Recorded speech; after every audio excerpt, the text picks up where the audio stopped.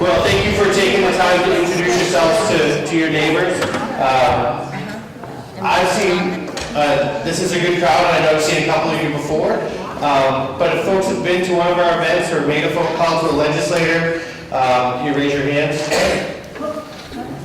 Wow, excellent. Amazing. Well, thank you all for doing that. Now, have you all called your member of Congress to let them know about the Affordable Health Care Act? Excellent. Well, I think we definitely came here to talk about why it's critical that we expand Medicaid. But we know the big elephant in the room also is the need to talk about what happened today in Washington, D.C. And I think the big thing is we just need to keep fighting, and we'll spend some time talking about both policy and how to do that and what's happening in Topeka. Yes, ma'am. I got a text tomorrow at 11 o'clock in front of the owner's office. For an hour? Well, we definitely want to talk about opportunities like that because we need to make sure we keep raising up our voice. We just did a poll of Kansas voters that we're going to be releasing on Monday. And it showed not just overwhelming support for expanding Medicaid, but the pollster who's polled on this issue all across the country said it's the most support he's seen, the most awareness he's seen, and the most intense support he's seen anywhere in the country on this issue. So that's all because of the hard work you guys are doing. Thank you. So tonight, just a quick overview of what we're going to cover. As you know, last month the governor vetoed our bill to expand CanCare. So we're going to have a few minutes with Sheldon Weistrow from the Health Reform Policy Project to talk about the benefits of expanding Medicaid and to review some of the myths that are out there about why expanding CanCare really matter. We know that all of you are engaging your legislators at a very high level, and they're pushing back with some arguments, and we want to make sure that you understand how to frame the issue. Then I know we have a number of great legislators who are here that are supporting this. Representative Clayton, Representative Neighbor, and Representative Parker will be joining us, and they'll have a few minutes to speak, as will Representative from Indivisible. But really we want to spend some time talking about how we can take action both in the short term with what is left of the session, because we don't want to give up now. We think now, with what happened in DC, it's more important than ever that we take action to expand CanCare, to protect the interest of Kansas, and to bring our taxpayers' dollars back to create jobs, expand coverage, and protect our hospitals. And then I think we want to see if there's any other questions, concerns you have, and make sure this is active and engaged audience. So that's the program for tonight. Does anyone have any questions before we get started? Excellent. Thank you very much. I'll turn things over to Sheldon. Thank you, David. And we just heard from Representative Parker that he will not be able to make it tonight. So, well, we're still happy to hear from Representative Clayton and Representative Neighbor and have them in the audience. So, good evening. It's great to be here.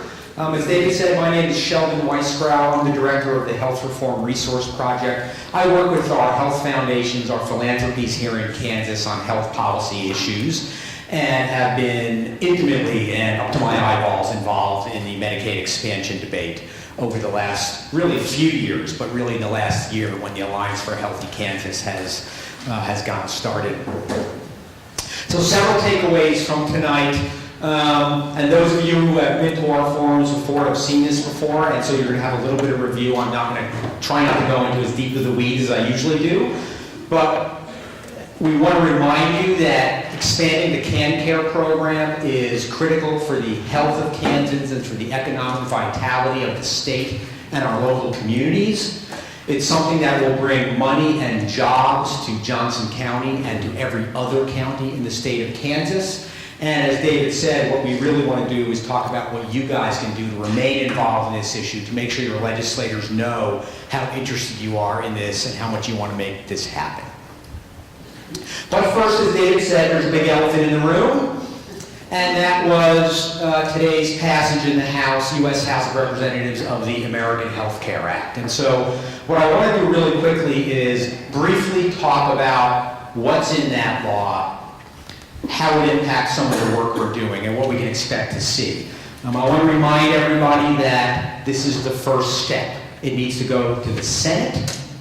In the Senate, it will undoubtedly be changed if it gets through the Senate at all. And then the House is going to have to vote on it again to accept the changes. And so we are a long way from getting this done, and we don't know what the final form of it is going to be, or even if we're going to get a law eventually. But certainly today's activities put it on the radar for us and made us a little bit concerned. So as I said, it passed the House today, very close vote, 217 to 213. All 4 members of the Kansas delegation voted for this law. So you could make the argument that it was the Kansas representatives that put this over the top. Until today, Representative Yoder had not taken a position, and he did come out and vote for the bill today. This bill was passed with no hearings in the House of Representatives. It does not have a final score from the Congressional Budget Office, which is the agency that scores all federal legislation. I live in Lawrence. Representative Jenkins is my representative. I was told by her staff that she would never vote on this bill, final action, before a CBO score. And she voted yes today. And as I said, now we'll move to the Senate. So what does this bill do? Very, very briefly, without getting too far into the weeds, it will repeal and partially replace the Affordable Care Act. It will restructure, reduce the subsidies and financial aid that people get to buy private health insurance in the marketplace. The bottom line on how this will change will mean that older people will get much less in terms of assistance than they do today. Younger people actually may get a little bit more. It will restructure and cut the Medicaid program. This is something that has not been covered in the media at all, but is the biggest part of this law. This law takes $900 billion out of Medicaid over the next 10 years. At least $1 billion of that comes out of Kansas. That means that financial risk for the Medicaid program will go from the federal government to state government. Kansas will be on the hook for trying to figure out how to replace that money or how to change the program so that it doesn't have to be spent. It also caps the amount of money that every state will get in Medicaid. It eliminates the Medicaid expansion that we're talking about tonight. This one is particularly egregious because the original version of the bill actually retained the Medicaid expansion through 2020. That was being talked about in the House a month ago when we here in Kansas were passing this bill through our legislature. As a result of the actions of our legislature, the law in Washington was changed to prohibit any more states from expanding their Medicaid program. It was a provision directly aimed at the state of Kansas and the Kansas legislature, and I remind you that all 4 of our reps voted for it. And finally, the thing that has been getting the most attention is that it will allow states to drop all the consumer protections in the Affordable Care Act. So insurance companies, if states go this route, will not have to offer coverage for people with pre-existing conditions. They will not have to offer a set of essential health benefits. They will not, for example, have to cover maternity care for women. And we will, if the state of Kansas and other states choose to go that route, what we will be doing is recreating a health insurance system that looks very much like it did before the Affordable Care Act. Yes, sir. I'm sorry, there was supposed to be a vote prior to the vote of the bill about whether the congressional exemption from that was going to stay in. Did they vote? They unanimously voted to take that out. Take it out. Take it out. Good question, thank you. So let me again briefly talk about what the impacts of this are. And this is based mostly on the CBO score of the previous version of the bill before it was amended. The amended version may actually be more onerous than this, but just to give you a sense of what the last version looked like, it will provide about $900 billion in tax cuts to the wealthiest Americans. It repeals all the taxes that fund the Affordable Care Act. All the benefits go to people who make at least $250,000 a year. The amount of money in tax cuts is coincidentally exactly the same amount of money in Medicaid cuts. And so what we are essentially doing is taking money out of Medicaid, which provides health care to low-income people, and providing it in tax relief to high-income people. The CBO projects that over 10 years, 24 million people will lose their health care coverage. And that would be about an immediate loss for about 10 million people just next year, if this bill passes. There will be an immediate 20% increase in insurance premiums, but then over time, insurance premiums will actually be lower than they otherwise would have been expected to be, because older and sicker people will no longer be able to afford insurance. They will be priced out of the market, will no longer be in the insurance pool. The remaining folks will be younger and healthier and will therefore pay less. So it's important when you hear legislators say this will reduce premiums to understand what the context is, because it's true. It will reduce premiums. It will do it by no longer insuring older, sicker people. Define old for us. Well, that, 50 different. Us. Us. old is just a way to say, as you go up in years, you tend to be sicker and your insurance will cost more. Before 65, right? Before 65, because then you age into Medicare. Over 50. Health plans will be less generous, especially in states that choose to go the route of waiving all the protections, because there'll no longer be any requirements for what needs to be covered. So women will once again pay more because they tend to give birth. Older folks will obviously pay more. The sorts of things that we've become accustomed in the last few years to counting on being covered will not necessarily be covered anymore.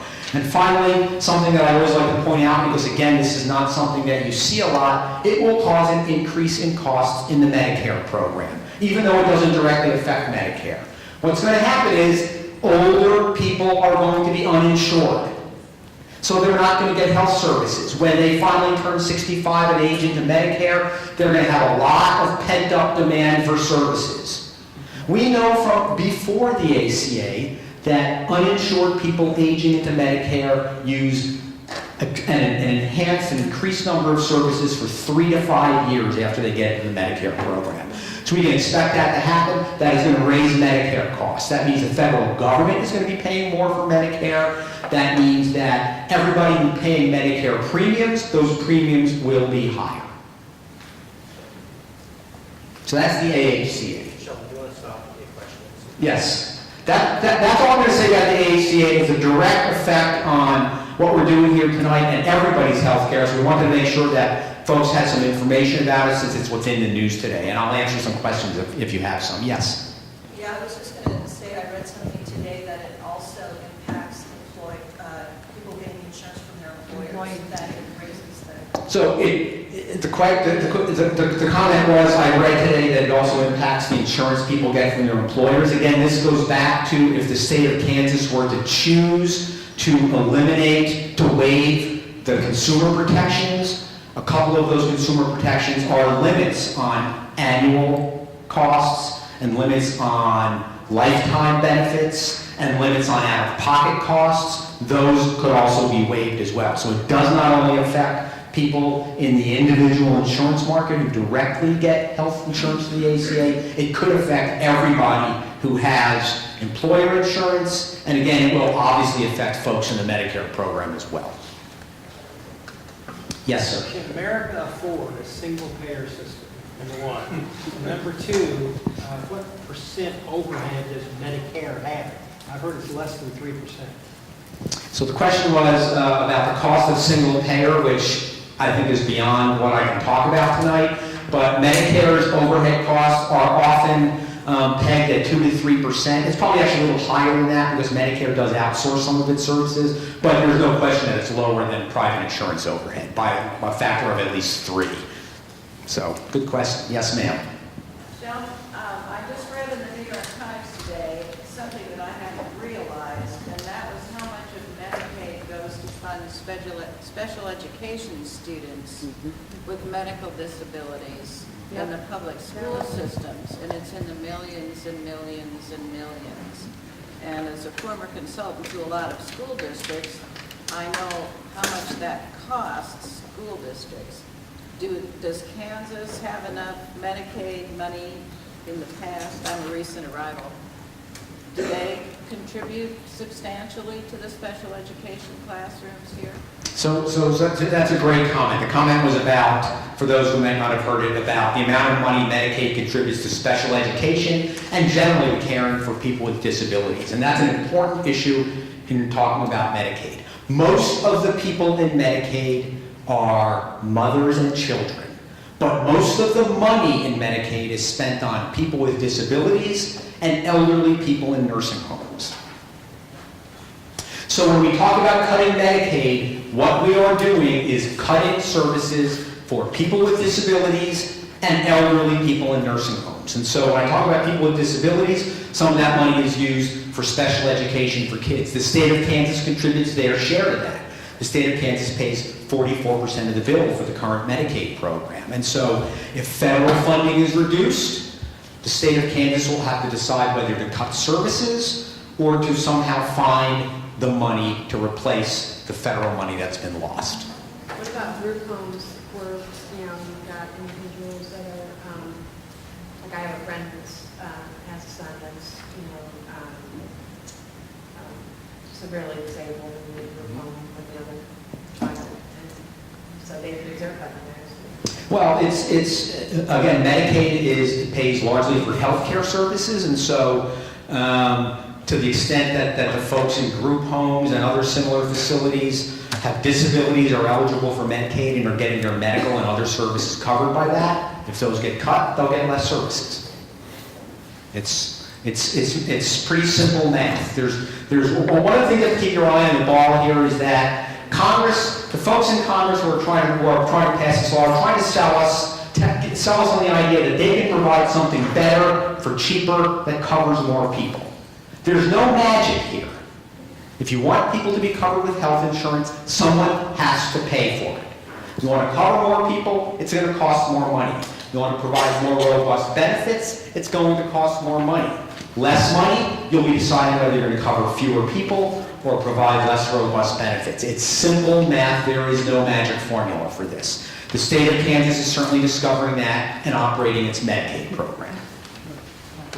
Yes? Under the CBO scoring of the original bill, approximately $1 trillion less federal funds were projected to be spent on health care through with the new AHCA.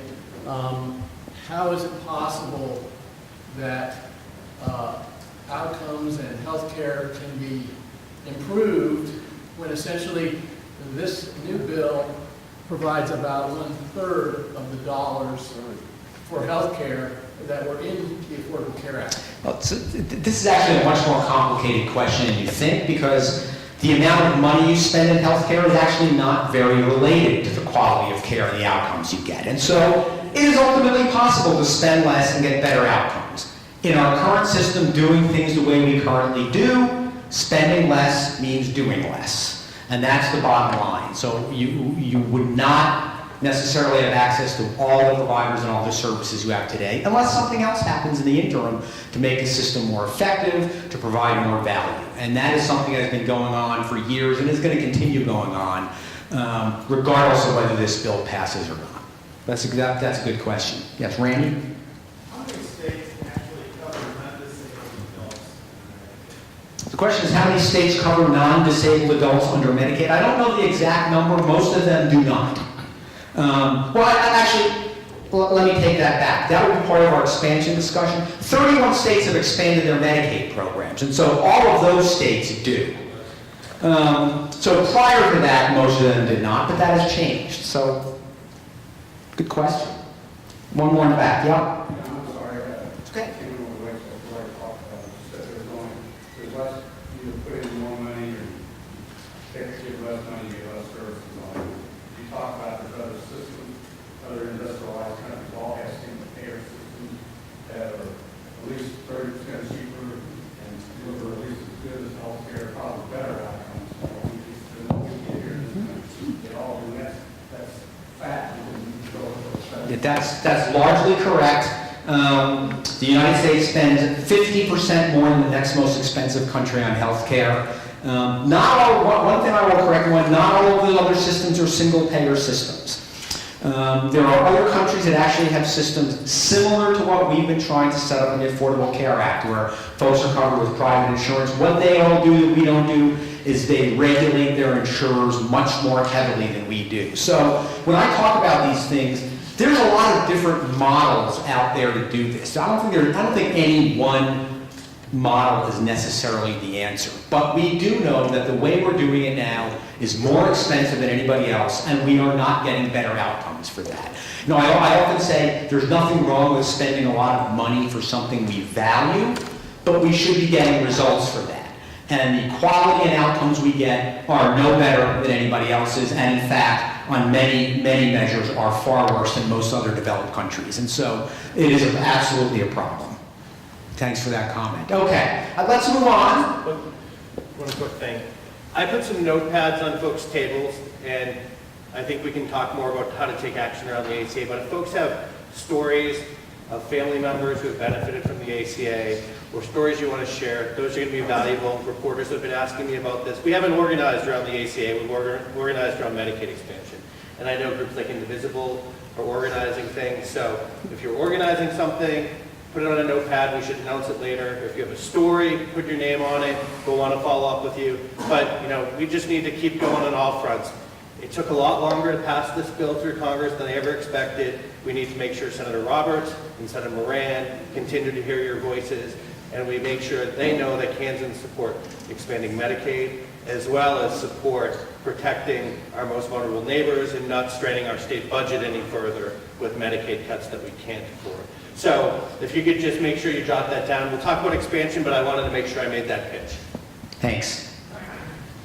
Okay, let's move on to actually why we're all here tonight.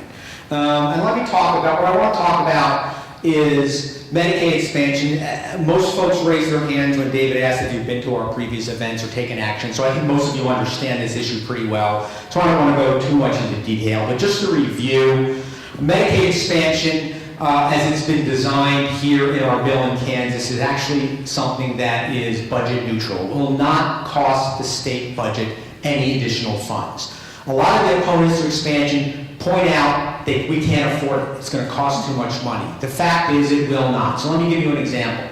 One thing they're right about. The Medicaid budget will increase by about $80 million in the year after we expand the Medicaid program. But the parts they never tell you about are the other side of the budget. And we spend a lot of time in Kansas focusing on the cost side of the budget, and not enough time focusing on savings and revenue. So we will produce savings if we expand Medicaid because we are going to have people who are currently covered in our existing CanCare program, where the state pays 44% of the cost, who will instead be covered in the expansion population, where the state will never pay more than 10%. We're going to save $60 million a year on those folks alone. We're going to generate revenue. The state of Kansas charges a fee, it's called a privilege fee, to the managed care organizations that run CanCare. That was just actually raised to raise additional money for the state. More people enroll in CanCare and enroll in managed care, more taxes from the managed care insurance companies. We also get drug rebates from pharmaceutical companies for the prescription drugs that are used in the Medicaid program. More people in the program, using more drugs, we get more rebates. That's $68 million. And then we're talking about bringing a lot of new money into the state of Kansas. We're talking about increasing health spending in the state by about $1 billion a year. That will generate economic activity. That will generate jobs. We estimate very conservatively that will bring in about $26 million. So on balance, we are looking at a boost to the state budget of more than $70 million. You think the state could use that money? And just to reiterate, we have given up a lot since January of 2014 when this first became available. The state of Kansas has lost more than $1.8 billion since that time. This is a number that continues to go up. It increases at the rate of $1.9 million every single day. So this was the number as of about 9:30 this morning when I made this slide. It's higher. We're going to be ticking over $2 billion within a couple of months. I talked about the economic stimulus this spending will create. The estimates are that we will generate at least 3,800 new jobs. It will likely be much more than that if you look at other states that have expanded, and 31 states and the District of Columbia have done this. They are seeing big job increases. Right next door in Colorado, they estimate that they've created more than 30,000 new jobs as a result of expanding Medicaid. Now, Colorado is bigger than Kansas, but they're not that much bigger. Did you have a question? Yeah, so what type of jobs? So the question is, what type of jobs are we talking about? So first we're talking about healthcare jobs. Not only doctors and nurses, lots of people work in healthcare. Social workers. The folks who clean the hospital, the folks who make meals in the hospitals. More jobs for all of those folks. And we're also talking about jobs in all the local communities and the industries that support healthcare. So when staff at a hospital have to eat lunch, they're going out to lunch. There are local businesses that provide supplies and services to hospitals and other healthcare providers.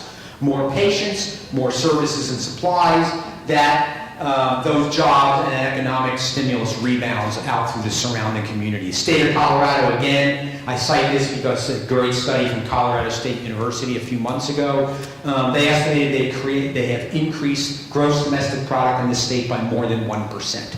Michigan, similar, 30,000 new jobs, GDP increases of more than 1%. This is big money. This means a lot.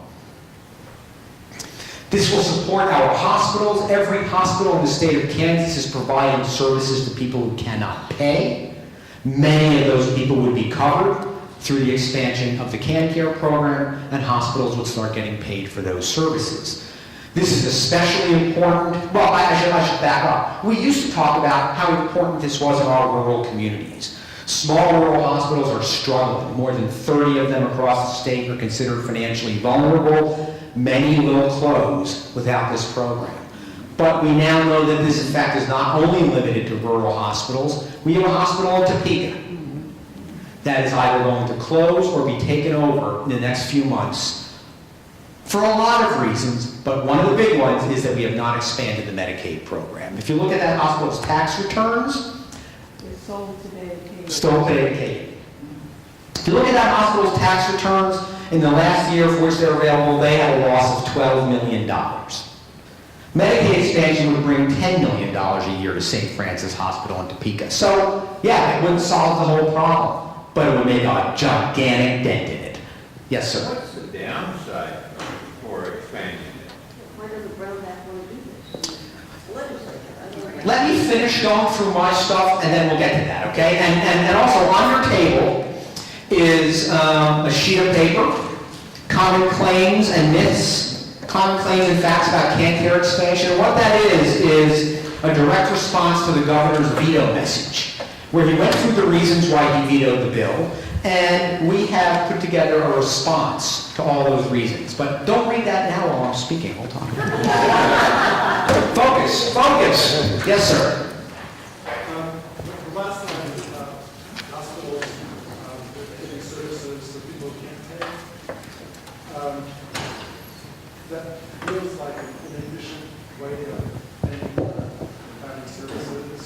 How does that really get paid?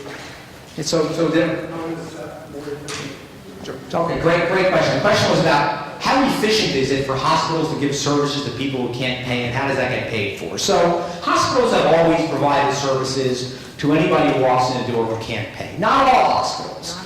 Back in the 80s, a lot of headlines about what we call patient dumping, where people were coming into emergency rooms and hospitals were sending them down the road somewhere else.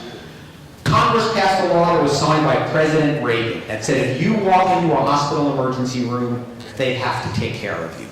For a woman in active labor, they have to deliver your baby before they send you off. Now, they don't have to cure your cancer. They don't have to provide ongoing treatment for chronic illnesses, but they must take care of you if you step into the emergency room. Is that the most efficient way to do it? Clearly not.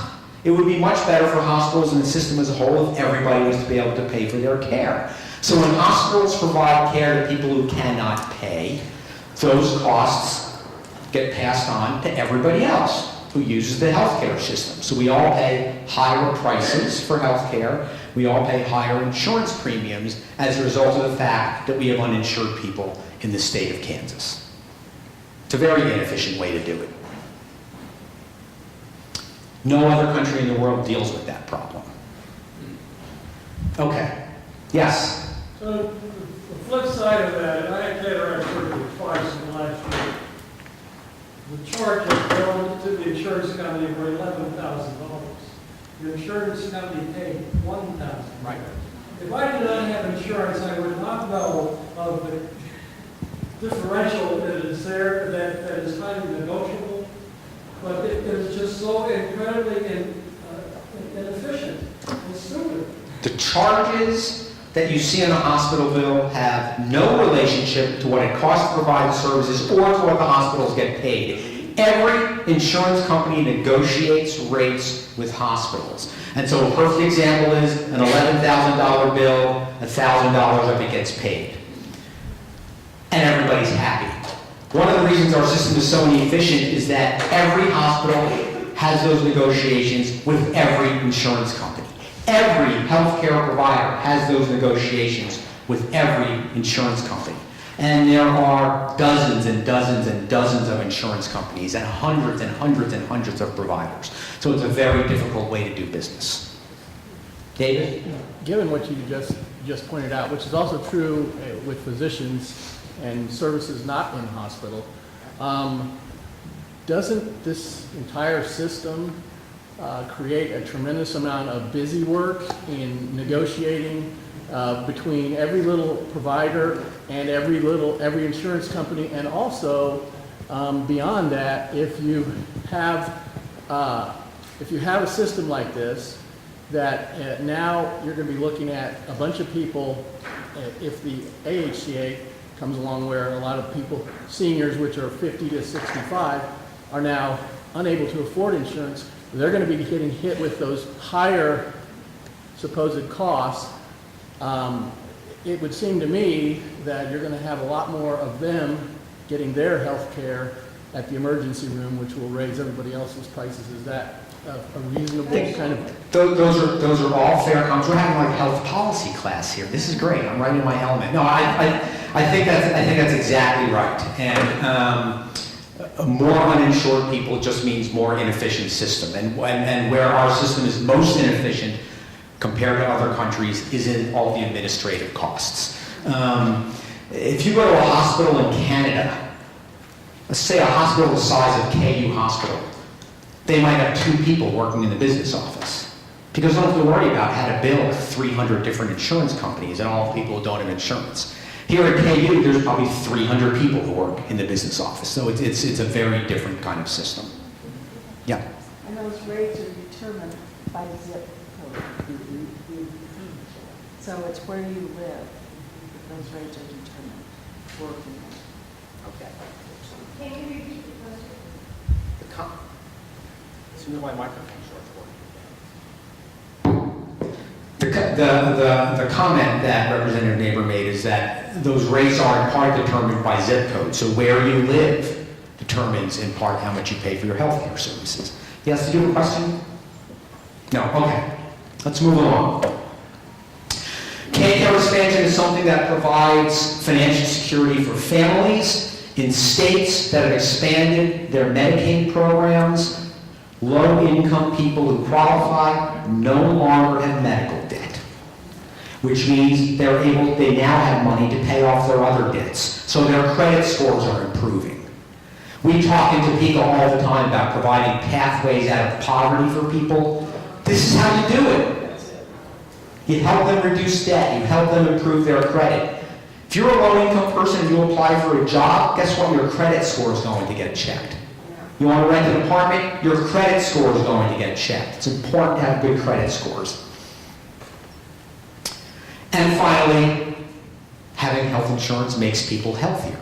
We've known this for a very long time, that people with insurance, including Medicaid, which is a point often made by opponents of the program, that Medicaid doesn't help people get healthy. That is false. It's been debunked many times over. Insurance of any kind means you're going to get more preventive care. It means you're going to go into the system earlier and get taken care of. It means your chronic illnesses will be better taken care of. It will ultimately make people healthier and save us money in the long run. And there's plenty of evidence to support that. So let me quickly go through what this means for Johnson County. There are more than 10,000 uninsured people in Johnson County who fit into the income group that we're talking about that would qualify for Medicaid expansion. Covering those people would mean nearly $45 million in new health spending in Johnson County alone. And the Johnson County number is actually much bigger than that because Johnson County draws people from outside of Johnson County to use Johnson County healthcare providers. And that would translate into at least 280 new jobs right here in your county. So this is something that is really important for economic development, for the economic health of the community, for the jobs in the community, and certainly these impacts are bigger in Johnson than just about anywhere else in the state of Kansas, just because of the size of the county. And with that, I think I'm going to turn it over to David, who's going to go through the legislative issues and the actions we can take. Unless anybody has any questions.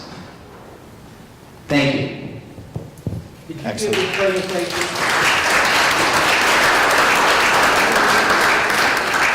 Have you ever given the presentation to Reverend Brownback and staff? Never invited. Right? And they never show up when invited. Well, I want to thank Sheldon for a great presentation, covered a lot of ground, and for all the good questions. Thank you. I also, before I introduce two representatives who can share their thoughts about what's happening in Topeka and why we need to keep this up, I just want to thank every single legislator in Johnson County that voted to expand CanCare. There was a tremendous amount of support.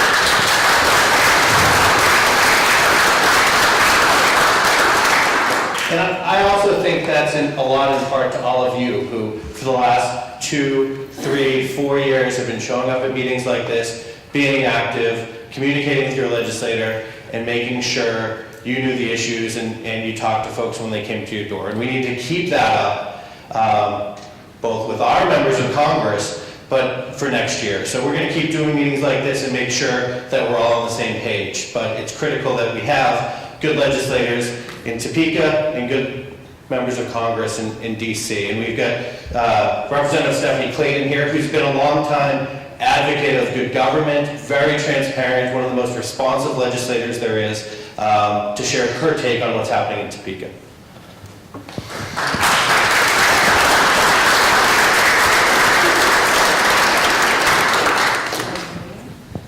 Well, and I'm happy to be here too with Representative Cindy Naper. And so it's good to see you here tonight. It's good to see all of you here today. It's very heartening and good to see how all of you have shown up. What I want to do is sort of tell you where we are right now in the Kansas legislative session. We are in the point of our legislative schedule that is often referred to as the veto session.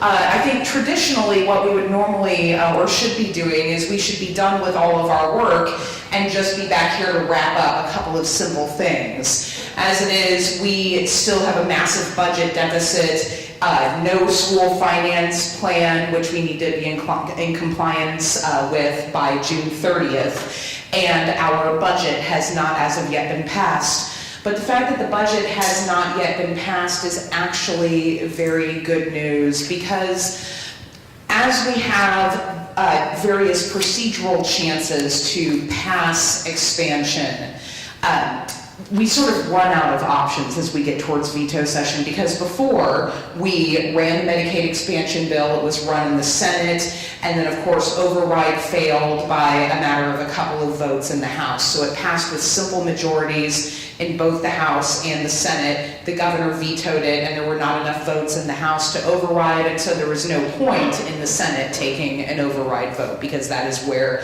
it sort of died along the trail. But as we get closer to the end of the session, we still have other options that are available. They're not as typical as going through having the committee hearing, having the full floor debate, and so on and so forth. Instead, what we would be doing is likely making an attempt to amend Medicaid expansion onto the budget. I know that the minority leader has made it very clear that every attempt will be made, and it's worth noting that you have a large chunk of the Johnson County delegation that was in support of this legislation.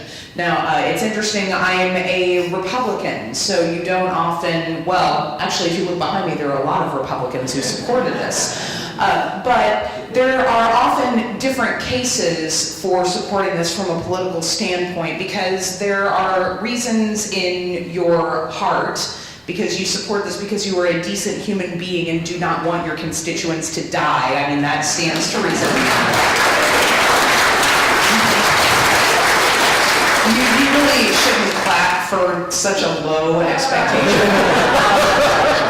It's really bad if you guys are clapping when I say I don't want you to die. Like, please, like, raise your expectations. It's going to make me really sad.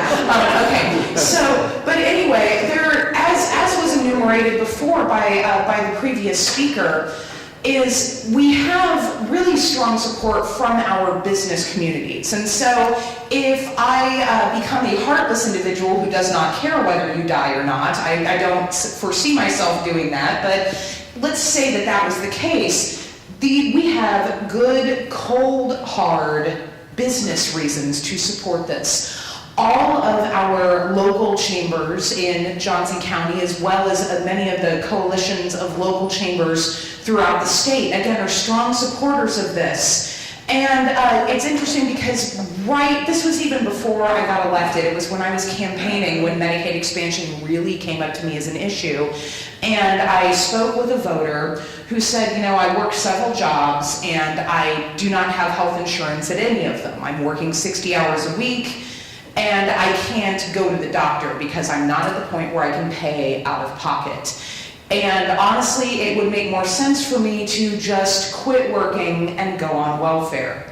Now, when you think about that, especially when you think about those, those old Republican getting to the base sort of saws about how we want people working and we want a functional America and such, one of the ways that you can do this is by taking care of your workers. And so oftentimes, when I hear some of my colleagues speak against Medicaid expansion, you often hear them railing against so-called able-bodied adults and saying, well, you're able-bodied and therefore you don't deserve health insurance. But I look at them and say, well, no, you're working, so you really, really deserve this. And so giving people that opportunity, and also bearing in mind the standard basic costs of this. We all know that it costs a lot less to go to the doctor for a checkup or go to the dentist for a cleaning than it costs to go and get a root canal. And so, as it stands to reason, preventative care is going to keep medical costs down, it's going to keep people healthier, it's going to keep people more productive and working longer. And so, if you look at this even from the cold, hard standpoint, you're starting to see a lot of Republicans come to support this. Definitely the business community coming on to support this has been incredibly helpful.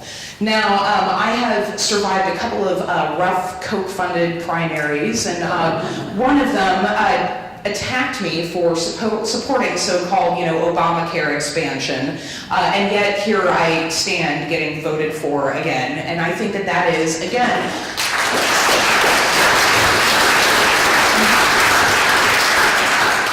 thank you. I think I won because I don't want any of you to die. But no. But I mean, I think that it is also a strong indicator of public sentiment, because the area that I represent is it's a pretty red Republican district. And so you see people who are understanding the common sense aspects behind supporting this legislation. Now, unfortunately, it has been heartbreaking to see how close we came to veto override, and the people who didn't deliver on override, the people who didn't get it done, I'll take full responsibility. Those were my people. Those were moderate Republicans who did not vote to override. So we know where the fault lies, and we also know traditionally in any legislature, the people that you want to talk to the most are the swing voters. And so it's an interesting case because as you look at some of the people that are listed on that table who I won't name, it's not polite to name other legislators in the legislature, so everyone basically becomes Voldemort. We just don't say who they are. But in any case, as we look at them, I would urge you to contact them. And when you contact them, talk to them about the increased productivity. Talk to them almost from more of a conservative, from more of a moneyed standpoint. Say, I want to live in a prosperous society. Because in many ways, the way that you can reach the Republican vote on this is not through the heart, because like most of the time we don't have one, but the pocketbook is where you get there. And so, I am speaking very candidly, but we want to be effective and we want to get this done. And so reaching them through that standpoint, again, I think the pro-business aspect is a very effective way to go about this. And bear in mind, again, with the vote that happened today, if there's one thing I've learned from, this is my 5th year in the legislature, it feels like 500, but is that the first vote on something is about 1 million miles away. And of course that was mentioned before, that it seems really gross what happened today, but bear in mind that you have a lot more voting, a lot more time, and a lot more opportunities to engage. So if any of you are feeling depressed, don't do that. There's time for that later. Now is the time for action, and now is the time for advocacy. So shall I turn it over to Cindy, and then we can both take questions? All right. Oh, I'm sorry. The representative from Shawnee, Kansas. My good friend Stephanie. Even though we're on the opposite ends of the spectrum as far as political parties are concerned, we are on the same spectrum when it comes to Medicaid expansion. And why is that? We need to get rid of the politics and look at the policy. What does this do for the people of Kansas? And the sad thing is, when our governor will not listen to what the public is saying we want. How do you get around that? This is a person that is supposed to be representing our population, our public, our Kansas citizens, and he refuses to listen. And I think when Stephanie was talking about the group of legislators that did not support this, I do have a list, but I will not read it because it is inappropriate. It is two-sided. Be sure and turn it over. That's always important. But in talking with several of these people, you'll probably find that they'll say, we can't afford it. Or that these people need to work for a living. It's the same thing they do with public education and vouchers. We shouldn't have to be paying for that.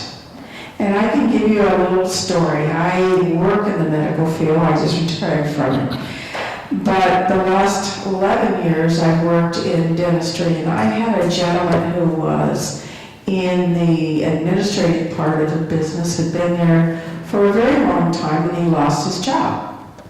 And he came into the dental office one day, and one of the, enlightening stories that he told me is, I never thought I would be in a position where I would be on Medicaid. I have put out over 200 resumes. I'm very qualified. I'm a very educated man, but I can't find anything. And so I'm going to have to cut back on whether my wife and I come to the dentist or whether my children do, because we are now on free and reduced lunch. And he said, in my lifetime, I never thought I would see this, and I always thought that those on the receiving end were just lazy. And he said, I have come to find out that's not true. And I think sometimes it takes that reality check to come in and say, gosh, I can be one of those people, and it's not really my fault.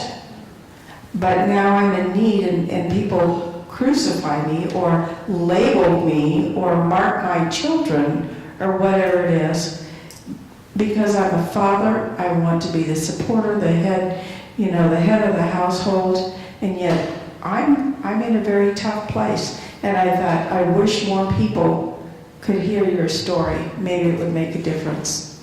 And I think one of the things we're facing is a man who sits in the governor's office who disliked Obama incredibly, and anything that had his name on it, it was wrong, whether it worked or not.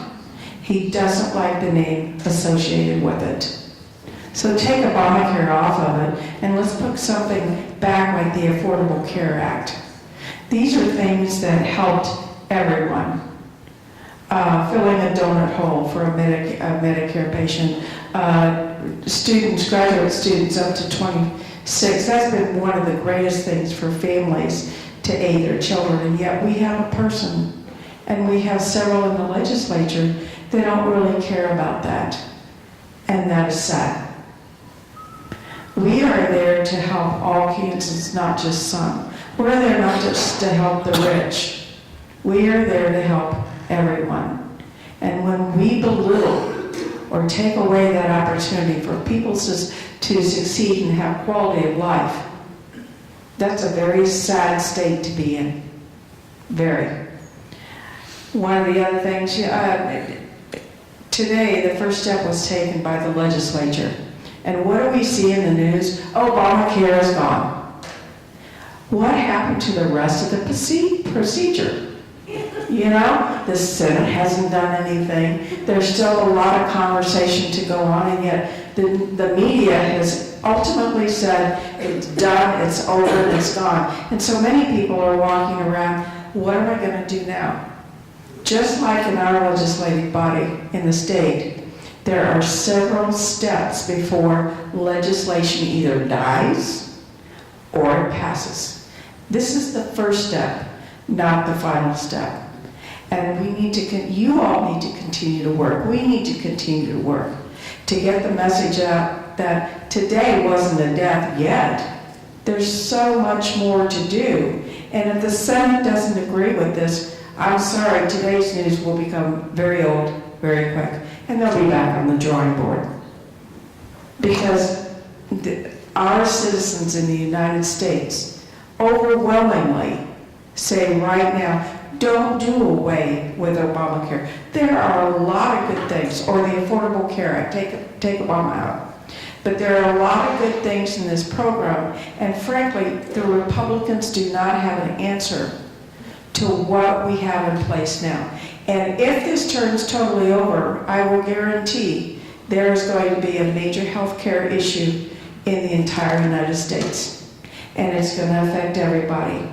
And everybody's ability to get health care and to get insurance. I worked at a hospital that was giving up over $1 million a day to Medicaid and to people that couldn't pay. But that's part of every hospital's responsibility, is to help those who don't have. And I ask you to continue to call and support, and I will let you know that both Stephanie and I and people of our parties, and we do talk to each other, God forbid, we probably shouldn't do that, but we do communicate. We have a different culture, we have a different air in the Capitol this year, and so many of us, if you look at the count that went up on that board, supported Medicaid expansion, and we are now looking at every avenue, not only to take care of Medicaid expansion, but guns in our mental institutions and our state hospitals. Those are two of our main goals. And so I thank you, keep up the good work, tell your friends, today is one step.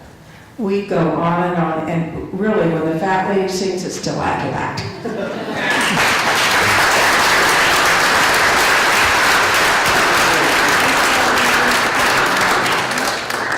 Any questions for either Representative Clayton or Representative Neighbor? Yes, sir. Could one of you comment on any geographic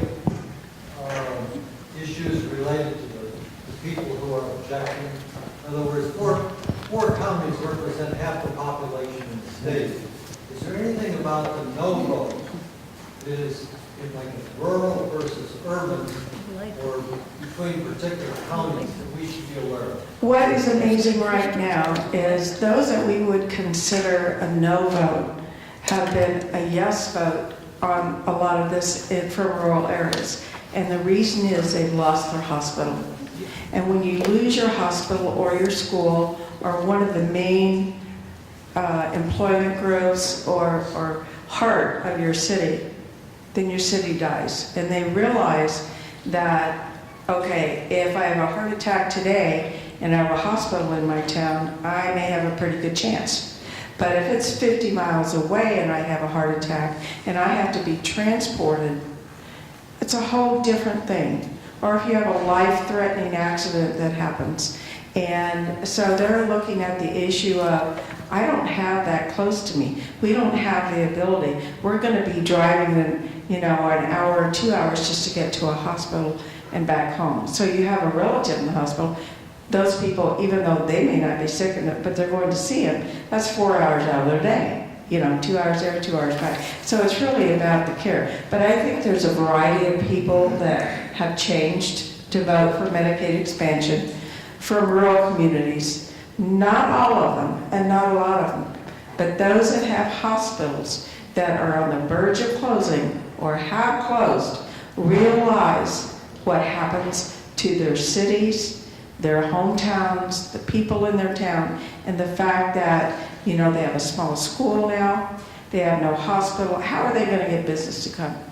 How are you going to build your city, which is always your goal, if you don't have the stability of your medical care?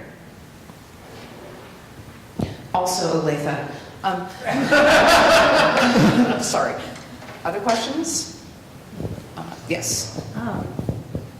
Talk about the timing of our contacting these people when the strategy hasn't been worked out yet as to when you're going to, when you'll have the opportunity to add Medicaid expansion onto something.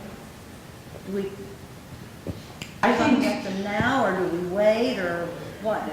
I would say now, and part of the reason is that during this time in the veto session, legislators, unless they, most of the rank and file legislators have a lot of idle time because we're waiting for leadership to figure out what kind of tax bill will pass or school finance bill will pass. So everyone is sitting around catching up on their emails. And so just sending a general email telling them that you care about this issue and telling them why you want them to pass it, I would say that now is the time. Cindy, what do you think? Don't send uniform letters. Send something that you express, because when we get letters that all say the same thing, it's not from the heart. It's just one of these big broadcasts that hit you, and you look at it, and people may be in your district, but at the same time, do they really know what they're sending, or is somebody sending it on their behalf with a name associated? So either give an example, write your own thing. It doesn't have to be real long, but just say, this is what I would like to see. I'm a constituent, I need your help. And the reason Stephanie's saying what she said, yesterday, we were supposed to hear a tax bill, not enough votes. So then we were out, and then there was a conference committee, and then there were caucuses, and nothing happened again. It's the same thing today. So we are very, very fluid. We will go in at 10:30 tomorrow for caucus meetings. The floor will meet at 11. We don't know what's going to be there. It could be a conference committee report, or it could be the hope that we'll have a tax bill. But frankly, tonight when Jeff King, who was hired for $50,000 to check the constitutional ability or constitutionality of the new school finance bill that they've been looked at, he told them they definitely needed more money. And that money is not in tax. And that money is not in the budget. So they're going to have a lot of work to do. So frankly, maybe we'll get out tomorrow for the weekend. Sometimes they say we'll be there on Saturday. They've said we might be there on Sunday. The Senate Susan Wagle said, I want the Senate here all weekend. They haven't done anything all year. And so, frankly, do we sit there and do nothing? Or do we come back to something that is viable, that people can accept and vote on? And that's a coalition of, a combination of all of us. And are we going to get all of the votes for something? No. Our districts are different, the challenges are great, but at the same time, there are more people talking this year than they have been before. I think we know a little bit more about each bill when it comes to us. Although, you know, there's a call, an hour later, you got a write-up on your desk, and you're going, well, I haven't seen this, and oh, here's the budget bill, or here's the conference committee, or whatever. And as Sue knows, that's part of the process. But we have a long way to go. And once something gets done, the rest will start to follow, and it may become a lot quicker. So if school finance came out and they attached the money it needed, and it went to the courts, and the courts accepted, tax is going to happen, budget's going to happen, omnibus is going to happen, because they know what they have to have. But right now, I don't think we know where the cart or the horse is. And I would say the cart is in front of the horse. Yes, but in the meantime, we have a lot of time to read your email. Yes. I would love to hear from you. So if you have a good joke or, you know, you have a story, please send it our way. Other, what? We can take both of you. Yes, sir? Is there a chance to revive the expand can here? Yes. Yes, it won't. Yes, it won't look the way that it normally will as a standalone bill. It would be in amendment form, but that's one of the wonderful and terrible things about the legislature, depending upon the nature of the amendment, is that nothing is certain and nothing is final until that gavel drops at the end of session. So, I don't know, sometime in June? Yes, I mean, things really don't die until the end of the biennium. So we have a long way. There is still a lot of opportunity. So it's one of those things where, again, things look final and feel final, but we're here to tell you that they are anything but. Yes? I was going to ask, maybe too early to tell, but given the events of today in Washington, what is your sense as to how that will affect the coalition that was there for Medicaid expansion before? Are there some that will use this as an excuse to sort of Well, yeah, the same people that have been saying, I mean, you know, they'd say, oh, I have a hangnail, I can't vote for that today. I mean, so they'd use anything as an excuse. I think that they would use, again, you know, the provisions, one of them was listed that states cannot expand Medicaid, so that's right there. And, you know, so that is something that they will use as an excuse, but I do not think that it would sway any people who were previous supporters onto the other side. Yes? My follow-up to that is, it seems after having watched this issue for several years at the legislature, that you have a group of people who are ideologically opposed to any sort of health care that's provided by the government to able-bodied people. And there's a lot of reasons for that. As a matter of fact, some of them are really insidious that aren't well known, but I spoke with one of the Republicans running for insurance commissioner in 2014 in the primaries, and basically we were talking about the folks that were above the expansion gap that were getting subsidies. And we were talking about someone who, 50-year-old woman who made $27,000 a year, was getting enough of a subsidy from a high premium based on her age that she was paying basically $100 a month. And I said, well, what happens if this person loses their job? Then they're going to lose their insurance also, because they can't pay the $500 a month. And what she said to me would shock me. Before, I wish I had a camera on, but she said, I don't think they should be getting a subsidy either, because we have a shortage of health care providers in the state of Kansas. And if 140,000 new people come onto the system and are getting health care, then people like you and I who have worked hard will have to wait in line to see a doctor. And I don't believe that's fair. And I was shocked to hear that. I'm not, I know that lady, she's super mean. It's just, I know what you're talking about.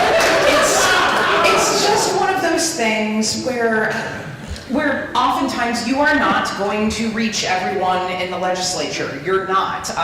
There are some people on that side who might be having their own "we hate Medicaid expansion" thing where they're talking about like how awful Cindy and I are and how they will never be able to reach us. What you do is you find the individuals in the middle, you chip away, and you get them there. That's how you go.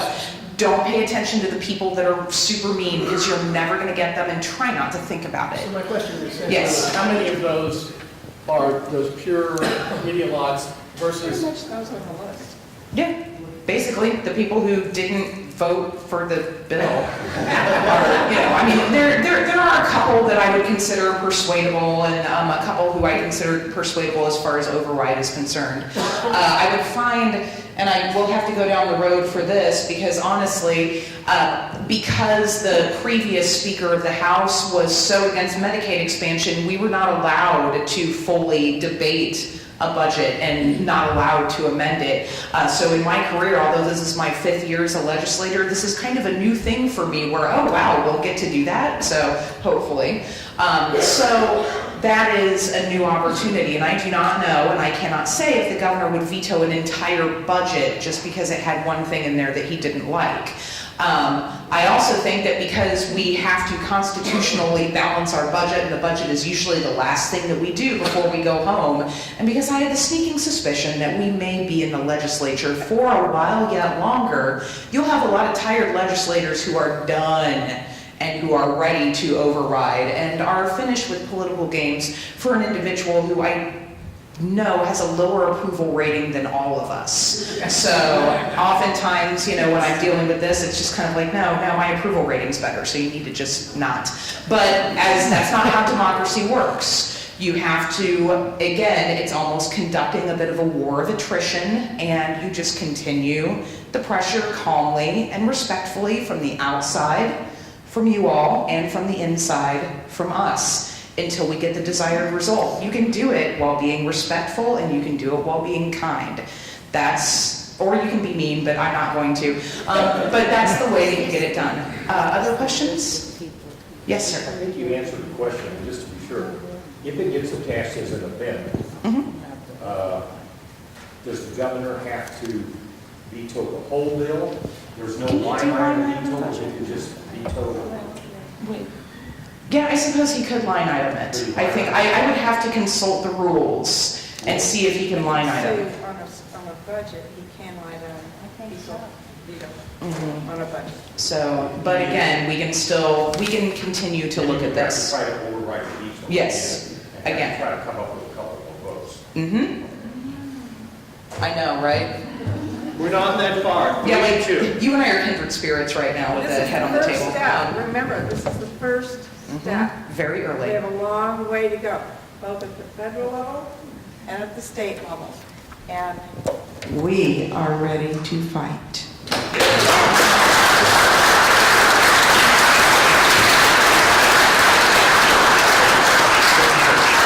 Another round of applause for Representative Clayton, Representative Baker.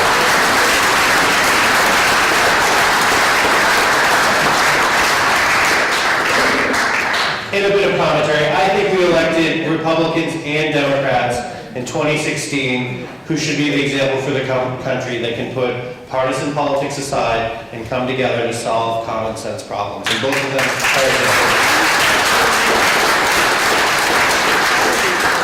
And I think the other message was, we're ready to fight, and it's not over yet on both fronts. And we're running up on 8 o'clock. But if folks could just spend maybe 5 minutes thinking about it and talking with your neighbors at your table, if there's something different that you could do to help expansion. I mean, on our website, you can find information for your legislator and send an email. You can find a script to call your legislator. You can find information to write a letter. We'd support you if you wanted to organize a meeting. But if there's something different that you're thinking about, let us know. And then I want to, Matt and Nick Matt's got, Nick can raise it. Nick's organizing phone banks. We've got a list of about, just our list is about 15,000 people like you have taken action. And we've got, and that's just in the last year, and I want to double it next year, but that's a big thing, because we've got hundreds of names of folks from the districts in just Johnson County of folks that voted no. So if we got some folks that would volunteer to say, hey, I'm calling, you've signed up to help us fight for expanded care, would you be willing to call Representative Davis? She needs to hear from you. We can run lists for you and give you names of, it would be like you calling yourself if you were in no district. But we just need more people making phone calls because it's their job to listen to their constituents. We want to make sure that there's there's no confusion about they're hearing from folks. I heard from a senator yesterday morning from Wichita who said, I got a bunch of calls from Lawrence, and I know we got a bunch of calls from this district. So we just need to make sure they keep coming, and they're not all from Lawrence. So if you have any thoughts, just spend 2, 3, 4 minutes. If there's any ideas or support you need, and then we'll just take some questions and head out before 8 o'clock. So 2, 3 minutes of homework, and we'll check back in.